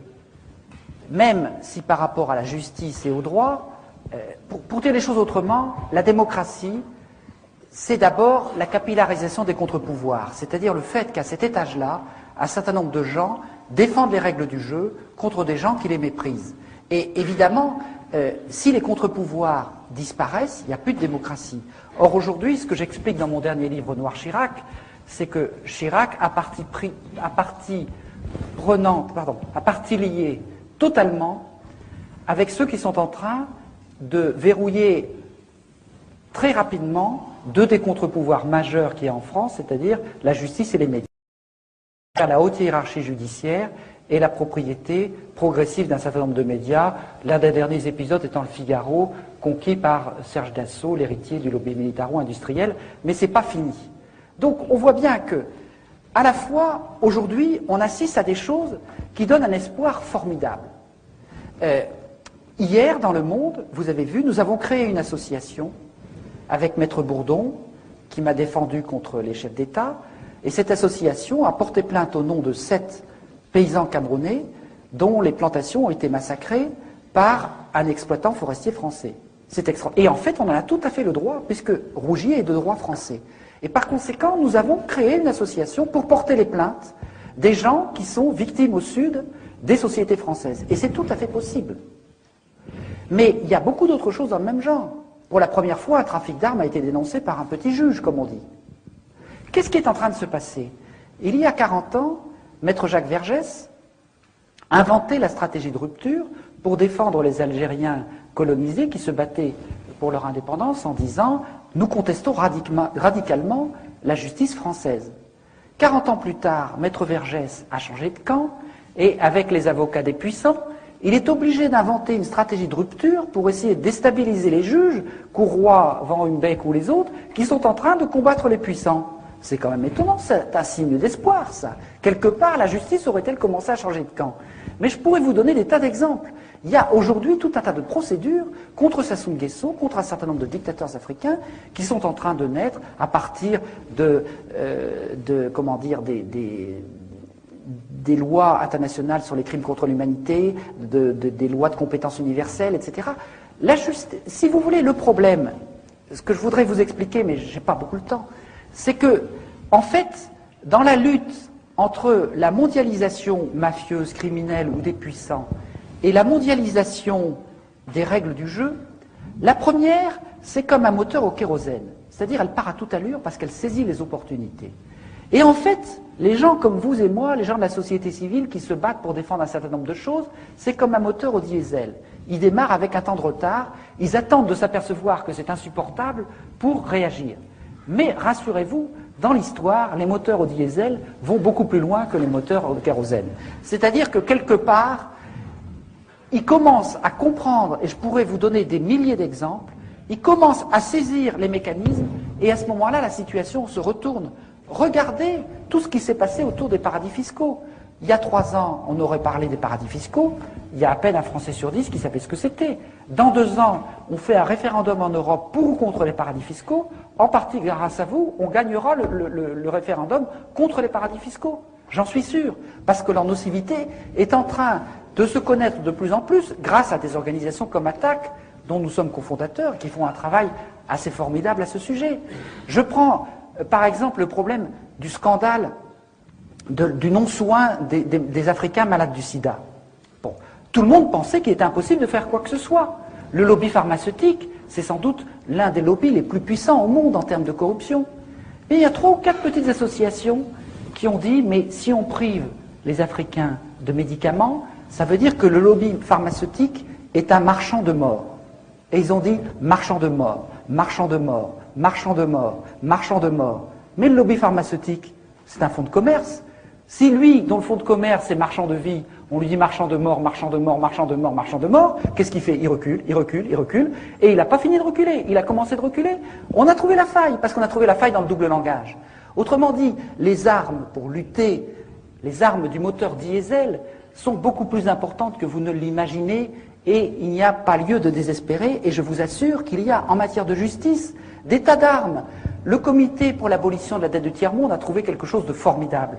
En 1898, en droit international, il y a eu un jugement où les États-Unis ont empêché Cuba de rembourser sa dette à l'Espagne parce que l'Espagne avait installé une dictature à Cuba et les États-Unis ont dit c'est une dette odieuse, illégitime parce qu'elle a été contractée par une dictature. Mais si on applique ce principe de droit international, il y a beaucoup de pays d'Africains qui vont vite être libérés de leurs dettes. Or, c'est les États-Unis qui ont mis le précédent en avant. Donc, on a quand même quelques armes juridiques. Et je pourrais vous en citer des quantités comme ça.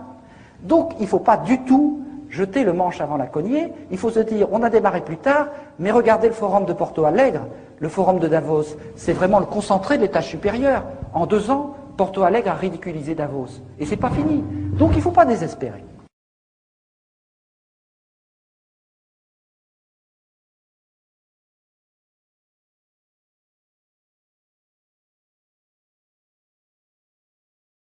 Ben, je vais d'abord répondre à ces 2 questions parce que c'est plus facile en s'en souvenant.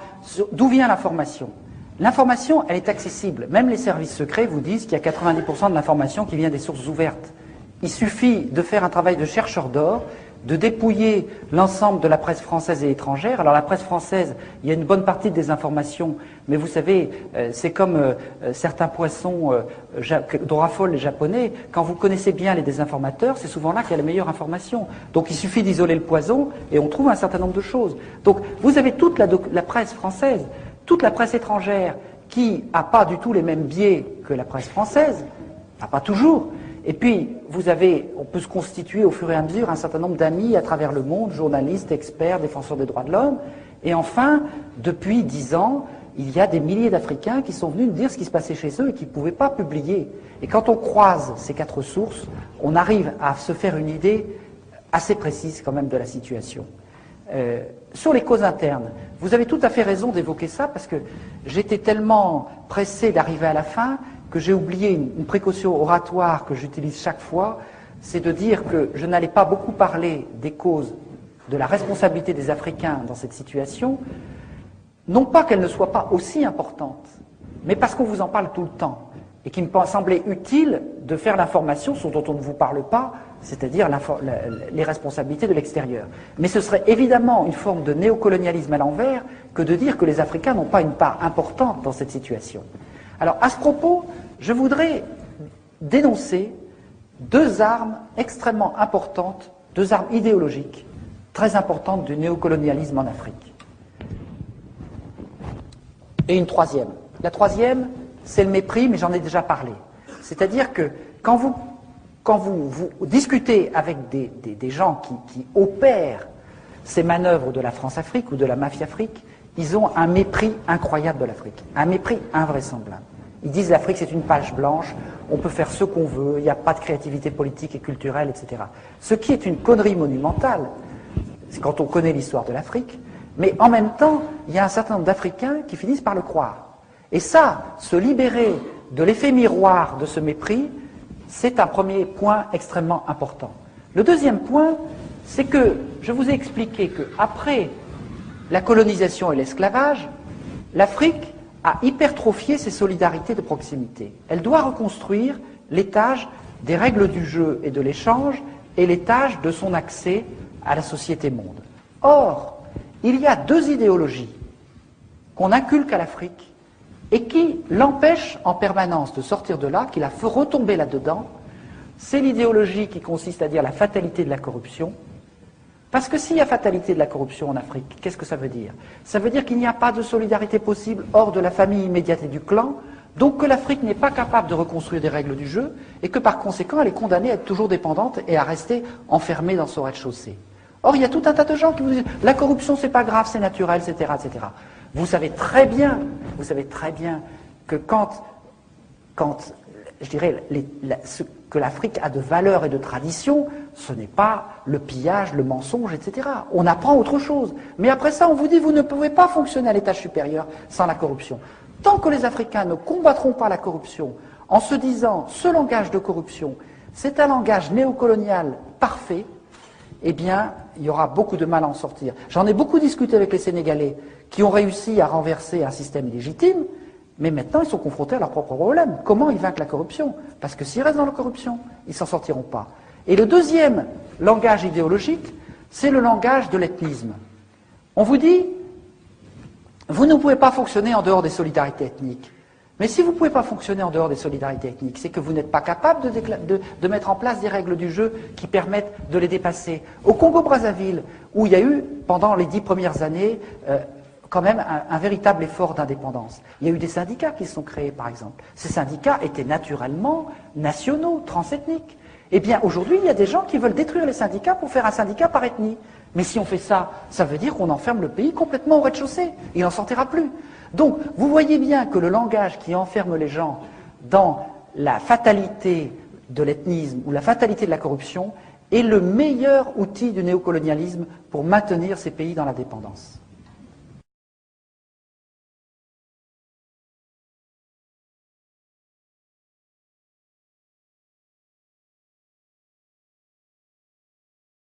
Alors sur le lien, ce lien je le fais dans le dernier ouvrage Noir Chirac, justement le lien entre l'approche de Dominique Lorenz et l'approche de la France-Afrique. C'est en fait le lien des stratégies de la guerre froide. Mais je n'ai pas le temps de développer ici. Disons que je préfère vous inviter à le lire parce que ce serait trop long. Je mets 100 pages à expliquer tout ça, donc ce serait vraiment trop long. Mais ce que je décris pour le pétrole est vrai de toutes les matières premières. C'est vrai du scandale abominable de la destruction des forêts équatoriale, c'est vrai des diamants, bien sûr, c'est vrai de l'uranium, c'est vrai du cacao, c'est vrai de, je ne sais pas moi, j'en oublie. Donc ce système de pillage de la rente, c'est vrai de la pêche, par exemple, dans des proportions scandaleuses. Donc ce système-là, il s'applique à toute l'exploitation rentière des richesses de l'Afrique. Et la deuxième question, c'était... Oui, sur le tribunal pénal international, je sais qu'il y a un certain nombre de gens qui sont sceptiques, mais nous nous battons énormément. Non pas, je ne parle pas du tribunal pénal international de La Haye ou tout ça, je parle de la Cour pénale internationale qui va démarrer à la fin de l'année. Bon.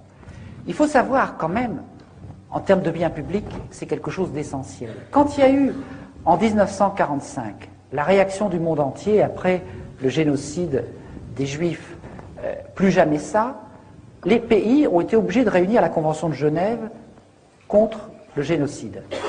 Et en même temps qu'ils mettaient en place cette Convention de Genève contre le génocide, ils envoyaient leurs meilleurs juristes pour la rendre inapplicable. Et donc la société civile, pendant 40 ans, a remonté la pente, et tout un tas de gens se sont battus pour qu'on rende applicables les conventions de Genève, et finalement, il y a eu la création d'une Cour pénale internationale qui va bientôt démarrer, et que la France-Afrique a combattu avec la dernière énergie, et que les États-Unis combattent. Donc tout ça, c'est plutôt bon signe. Pourquoi je n'ai pas, comment dire, je ne suis pas sceptique par rapport à la Cour pénale internationale? Parce que je crois à l'auto-évolution des institutions.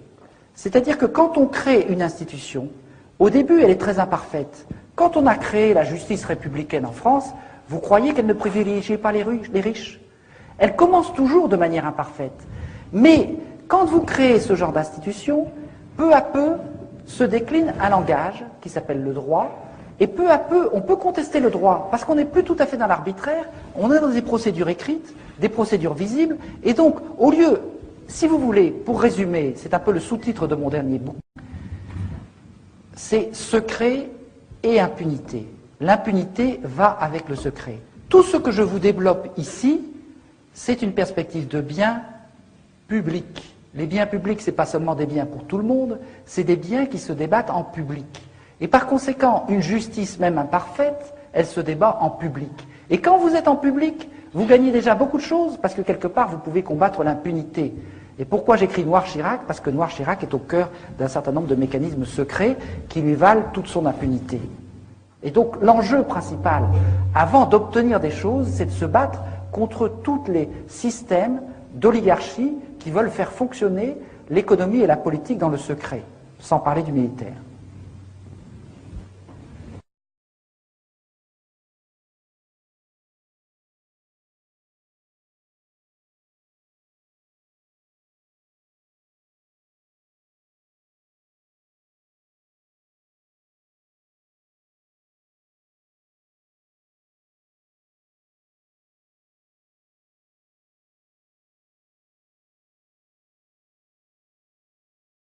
Alors je voudrais vous dire que je suis entièrement d'accord avec tout ce que vous avez dit. Tout ce que vous dites, c'est exactement le même constat que nous faisons. Je constate, je crois que vous êtes un peu plus de 200 aujourd'hui. Il y a 3 ou 4 ans, il y aurait eu 15 personnes. Si vous voulez, nous devons vaincre en France quelque chose de terrible. Les Français n'ont pas plus envie de savoir les crimes qui ont été commis par la France en Afrique, des crimes abominables depuis 100 ans, que les Autrichiens de savoir qu'il y avait proportionnellement plus de nazis en Autriche qu'en Allemagne. C'est-à-dire que, quelque part, il y a une protection extraordinaire de l'ensemble des médias, de la classe politique, mais aussi des citoyens contre les mauvaises nouvelles. Je suis en train de vous apprendre des mauvaises nouvelles. Et dans un premier temps, ça fait mal d'apprendre des mauvaises nouvelles. Après ça, on a envie de se battre. Mais personne n'a envie de franchir cette étape. Donc, nous avons dû lutter pendant 10 ans contre une résistance sourde de tout un tas de gens qui voulaient dire tout ça, ça n'existe pas. Nous avons été capables d'imposer le concept France-Afrique. Aussitôt, quelques journalistes bien payés ont été envoyés dans les journaux pour dire la France-Afrique c'est fini depuis 5 ans ou 10 ans. De même que Chirac vous dit en 1995, les financements politiques c'est fini depuis 1990, en 2000 il vous dit c'est fini depuis 1995, et en 2005 il vous dira c'est fini depuis 2000. Bon, eh bien on vous dit la France-Afrique c'est fini, alors que ça dure plus que jamais. Mais ce que je remarque, c'est quand même qu'il y a de plus en plus de gens qui ont envie de savoir et qui commencent à sentir, comme vous le disiez très bien, que ce n'est pas seulement le malheur des Africains qui est en train de se faire, c'est notre propre malheur. Comment pensons-nous que par rapport à un continent qui va bientôt compter 1 milliard d'habitants, nous pourrons avoir des relations pacifiques si nous continuons de vendre à l'Afrique ce que nous avons de pire en termes de voyoucratie? Bon, je crois que c'est de l'ordre de l'évidence.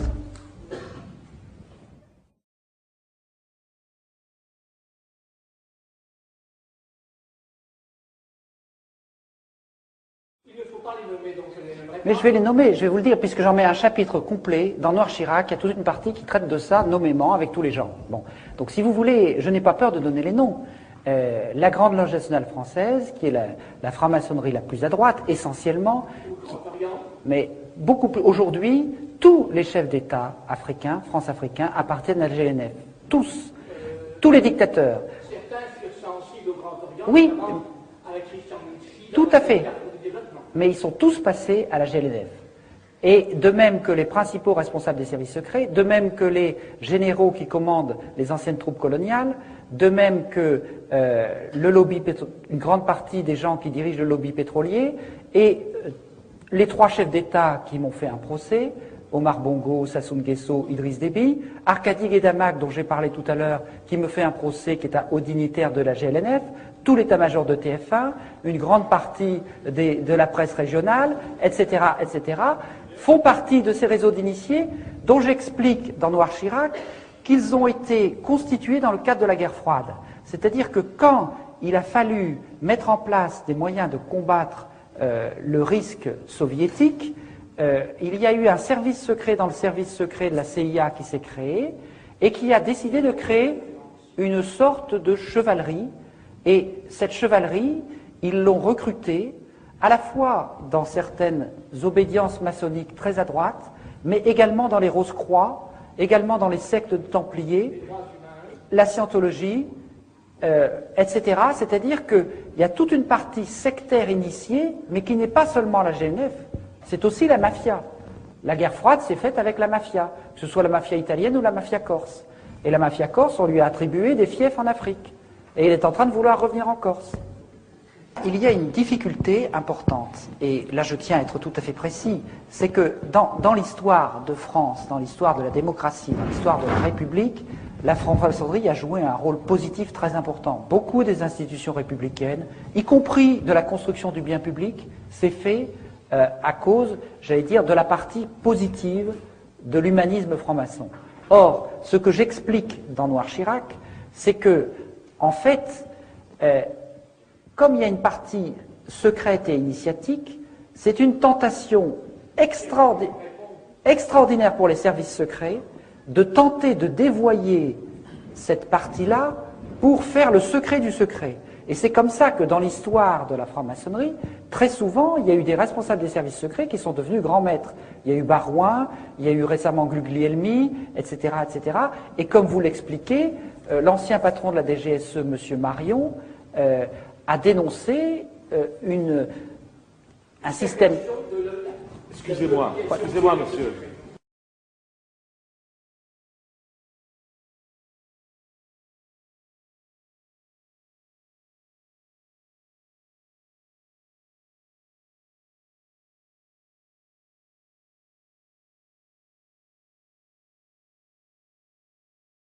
Vous avez tout à fait raison. Tous ces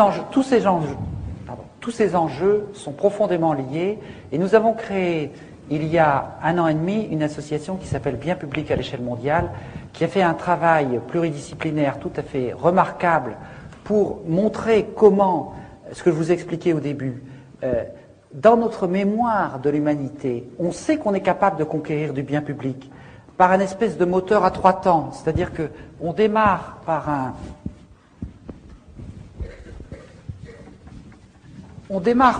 un bien désirable, c'est-à-dire qu'un bout d'humanité considère qu'il y a quelque chose qu'on doit absolument avoir ou qui est insupportable. Par exemple, l'absence de soins pour les malades du sida, ou à un moment donné, le besoin de pouvoir donner l'éducation aux enfants, etc. Il y a un bien désirable. Et à ce moment-là, il y a un mouvement désirant qui se constitue pour le réclamer. Ce mouvement désirant, il est constitué à la fois des gens qui n'ont pas ce bien, et puis d'un certain nombre de gens qui disent oui, ce serait bien qu'il y ait ce bien. Et ces gens-là, ils constituent une alliance au début tout à fait imparfaite. C'est les petits mouvements dont je vous ai parlé tout à l'heure qui ont secoué le lobby pharmaceutique. Ces gens-là, ils disent il faut trouver un débiteur du bien public. Qui c'est qui va nous donner ce bien public? Alors, dans un premier temps, dans notre histoire, mais c'est encore vrai aujourd'hui, tous les débiteurs, ils disent c'est pas moi, c'est l'autre. J'ai pas les moyens. Vous demandez à la Banque mondiale, ils disent c'est pas moi. Le FMI dit c'est pas moi. L'ONU dit c'est pas moi, etc., etc. Donc à ce moment-là, qu'est-ce qui se passe? On repart pour un tour. Le bien devient de plus en plus désirable parce qu'il n'est toujours pas là et les gens le veulent. Le mouvement désirant, il commence à trouver des astuces, des failles juridiques, politiques, etc., etc. Et puis, il commence à tailler des croupières aux débiteurs qui n'en veulent pas. Ça repart 3-4 tours comme ça. Et puis finalement, à un moment donné, le mouvement désirant, il coince un débiteur. Le débiteur, il peut toujours pas, mais le mouvement, il est tel qu'on va lui en donner les moyens. Quand, au bout d'un long processus, on a dit il faut la santé, il faut la sécurité sociale elle n'avait pas les moyens, mais comme on lui a dit c'est vous la sécurité sociale qui allez le faire, on lui a donné les moyens. Donc tous ceux qui prétendent qu'on ne peut pas conquérir les biens publics parce qu'il n'y a pas de débiteur qui ait les moyens se trompent, parce qu'en fait, le débiteur a les moyens le jour où le mouvement désirant est devenu assez fort pour les lui donner. Et donc, c'est exactement ce type de travail que nous sommes en train de faire, et nous sommes en train d'ouvrir 5 chantiers sur les questions du climat, les questions de la santé, justement, les questions de la justice pénale internationale, les questions du droit maritime, la circulation des mers, et les questions de l'accès au crédit et de la monnaie, parce que la monnaie est un bien public quand on voit la manière dont aujourd'hui elle est mise entre des circuits criminels. Et par conséquent, ce qui nous apparaît maintenant, c'est qu'en fait tous ces combats, comme vous le disiez tout à l'heure, ils ont la même cible. Que ce soit les problèmes de farine animale, que ce soit les problèmes du lobby pétrolier qui refuse de lutter contre l'effet de serre, que ce soit les problèmes de destruction des forêts, c'est toujours la criminalité financière et la dérégulation qui est derrière. Et par conséquent, on peut tout à fait mener des combats communs.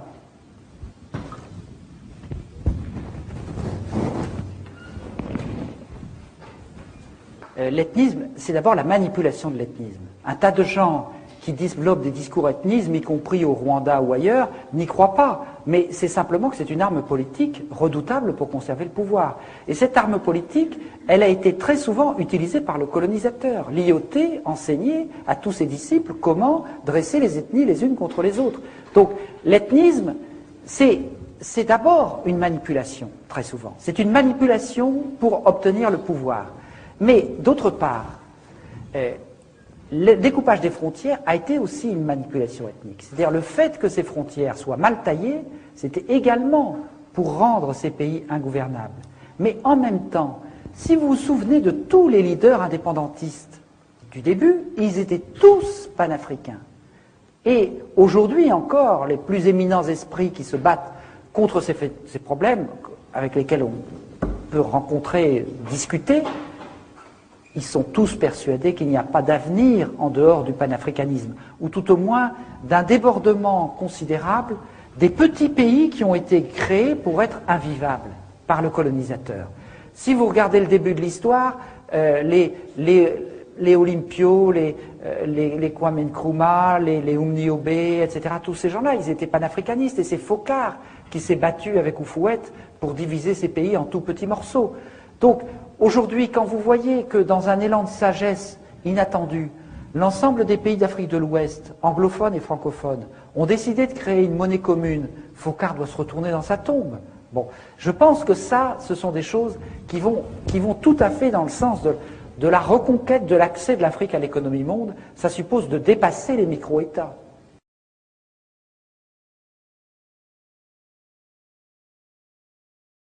Mais justement, si vous voulez, c'est tout l'enjeu, et je voudrais finir par ça, c'est que aujourd'hui, le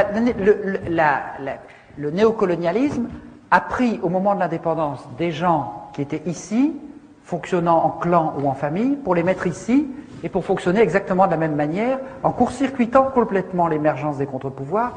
Et chaque fois qu'il y en a qui sont apparus, on les a plus ou moins éliminés. Ce n'est pas un hasard si dans ces États rentiers, gouvernés par des clans, chaque fois qu'il y a des gens qui veulent créer de la richesse économique ou des activités, l'administration fait échouer la création d'activités parce qu'un développement productif suscite des contre-pouvoirs des classes de travailleurs et d'entrepreneurs qui ne dépendent pas de l'État. Donc aujourd'hui, la bataille centrale pour développer, je dirais, les indépendances africaines, c'est la bataille qui consiste à développer à tous les niveaux les mécanismes de solidarité et de construction économique, sociale et politique à cet étage-là. C'est cet étage-là, l'étage des valeurs. Si vous voulez, pour moi, aujourd'hui, le travail essentiel en Afrique, c'est un travail politique, historique, anthropologique, etc. C'est que les Africains discutent, débattent, ils essaient de dire quelles sont nos propres valeurs, qu'est-ce qui va nous permettre de reconstruire, qu'est-ce que nous avons en nous qui nous permet de refuser la corruption, qui nous permet de bâtir des règles du jeu où nous nous reconnaissons, qui ne nous sont pas imposées. Et personnellement, je pense que si les Africains font cela, ils vont apporter énormément au monde. On dit toujours il n'y a pas de contre-pouvoir en Afrique, il y a des chefs, etc. Mais quand vous regardez les chefs, la tradition africaine, il y a une sophistication des contre-pouvoirs, de capacité d'empêcher le chef de délirer, tout à fait extraordinaire. Pour moi, il y a autant de réserves d'inventivité politique dans les traditions africaines qu'il n'y a de réserve pour les médicaments du futur au XXIe siècle dans les forêts africaines. Je crois tout à fait que l'Afrique va être capable d'inventer des formes de démocratie, des formes de contre-pouvoir, de légitimité, de solidarité et d'échange qui vont nous apporter beaucoup. Mais pour qu'elle y arrive, la première condition, c'est qu'elle ait confiance en elle-même. Ça, c'est un ballon, ça ne fonctionne qu'en la confiance. Si les Africains n'ont pas confiance en eux-mêmes, ils ne seront pas capables de déployer tout ce qu'ils ont et qui vont leur permettre de construire ces étages dont ils ont montré dans le passé qu'ils étaient parfaitement capables de les construire. Alors, moi, excusez-moi.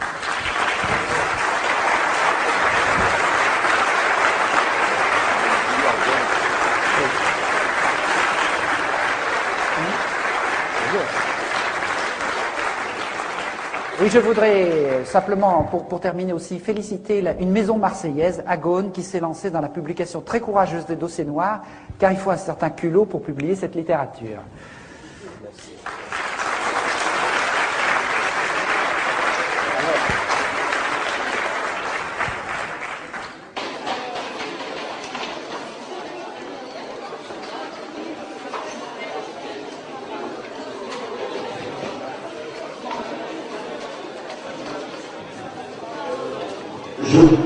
Excusez-moi, je voudrais juste donner le titre de